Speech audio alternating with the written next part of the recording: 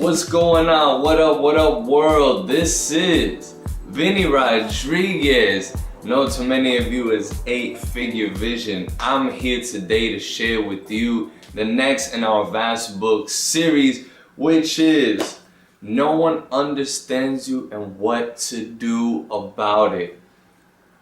So, this book is it's an average sized book, but definitely a juicy one for sure. I would say if I were to use one adjective to describe this, guys, so I would rate this book a 7.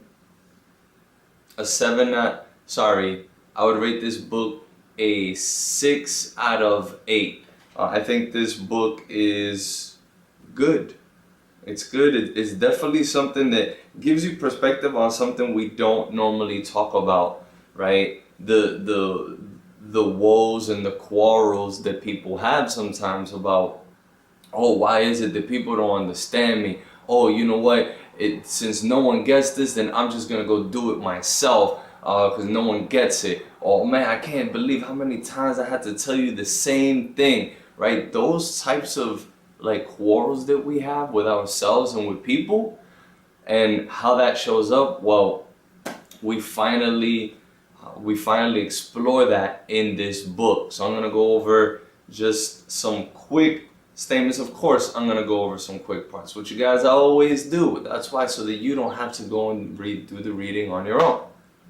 So, No One Understands You and What to Do About It by Heidi Halvorson. This is the first book that I've read from her, and I got some great nuggets. I remember just kind of reading through. What I like about this book and the structure is that there's a summary and there's key takeaways after each chapter, right? So if you are thinking of picking up this book, right, then obviously you will read it little by little as you go.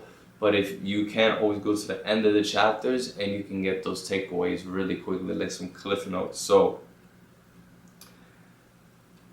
there's some good like analysis that goes into this book, as far as, you know, why is it that people don't understand us necessarily, right? So we put it in like categories, right? They talked about stereotypes in here, and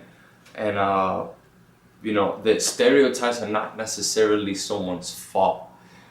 People, our brains have a tendency of putting things into categories, and sometimes whether we know it or not, those stereotypes tend to happen, right? It's the tendency of us saying, well, you know, rich people are fat. I don't know, or something like that. That stereotype, that comes from somewhere that sometimes is unconscious. So some people look at stereotypes as a bad thing, like people are doing that intentionally, when sometimes it's just a matter of our brains trying to make sense of information that's being presented to us. So there's also a trust lens that they talk about. This was probably the most important chapter to me, specifically because it's an area that I'm looking to improve. So they talk about the trust lens, meaning, you know, everyone is walking around life with this lens, right? We look at the world through different eyes. So these eyes that we look at are, you know, sort of, it's a matter of first filtering information, finding out what's real, right? You're gonna look at me in this quick review and wonder, you know, how real was he with me? How trustworthy is he as a source, right? So you're gonna ask me 2 questions that the book states. Number 1, do you have good intention? Do you have good intentions toward me, right? So you're gonna ask me, are you a friend or a foe? The next question that you'll ask me is, you're gonna say, Vinny, do you have what it takes to act on those intentions? And I will tell you, yes, I do. Yes, I have. Yes, I have what it takes to act on those intentions, right? So in order to sort of gauge what kind of level of trust we have with people, right, how do we do that? 1 is conveying warmth. And so the author goes over that. Another one is conveying confidence, right? And then and then, right, they go over a little bit more of that, but those are the two main things, is warmth and competence, right? Warmth meaning, you know, how intimate can I get with this person? You know, on an emotional level, can I connect with this person? No, this is a human being, right? And I can connect with them in that sense, how I feel, right?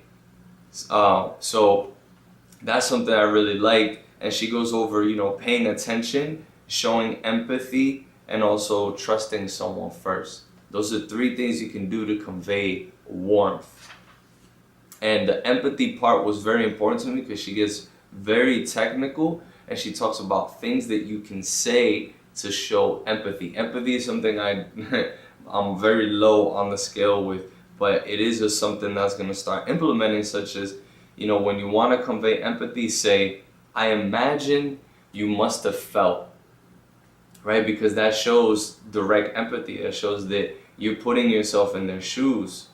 There's also the superfluous apology. How many times you guys said, I'm sorry? Maybe someone said that person, they're going through something tough because someone really close to them had just died, or maybe they're, you know, they I don't know, they got into a argument with their spouse or whatever. So you're sorry, even though it's not your fault. But you conveying that superfluous apology shows empathy, shows that you understand where they're coming from. So that's powerful, guys.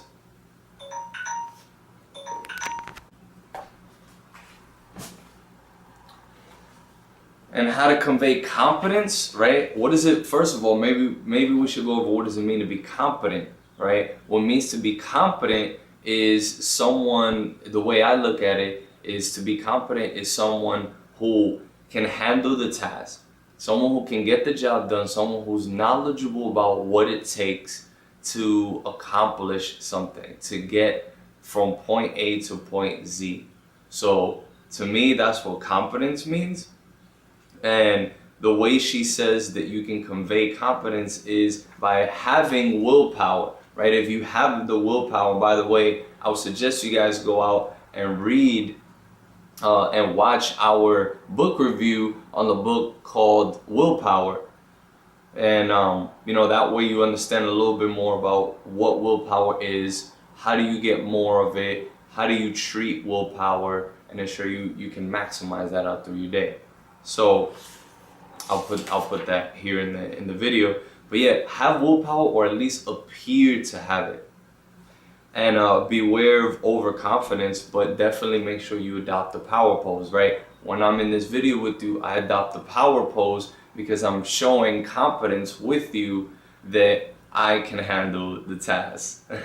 So that's sort of the way that this book operates. It's a very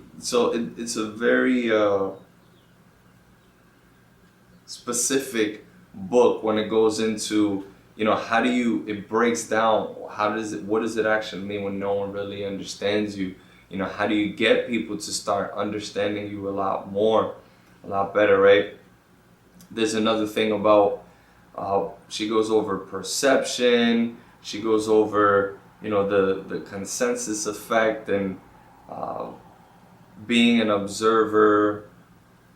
So there are a lot of other things in here. I'm gonna leave it for you guys to pick up the book. I gave you some what I think are great nuggets. If you guys would like, then pick up the book, read it. Let me know what your thoughts are. Let me know what other value you picked up from the book. Put it in the comments, because there are other people who view this, who comment and have questions sometimes. So information you provide in the comments may help someone else along their way interpret it in a way that I may not have been able to convey, right? So you may be that person that also gives value. So guys, do not hesitate. Definitely take advantage of this network, of this group, this community that we have, and be sure to like, comment, share. Also subscribe to my channel here. I'll drop it for you guys here. Again, this is Vinnie Rodriguez. known to everyone as the 8-figure vision.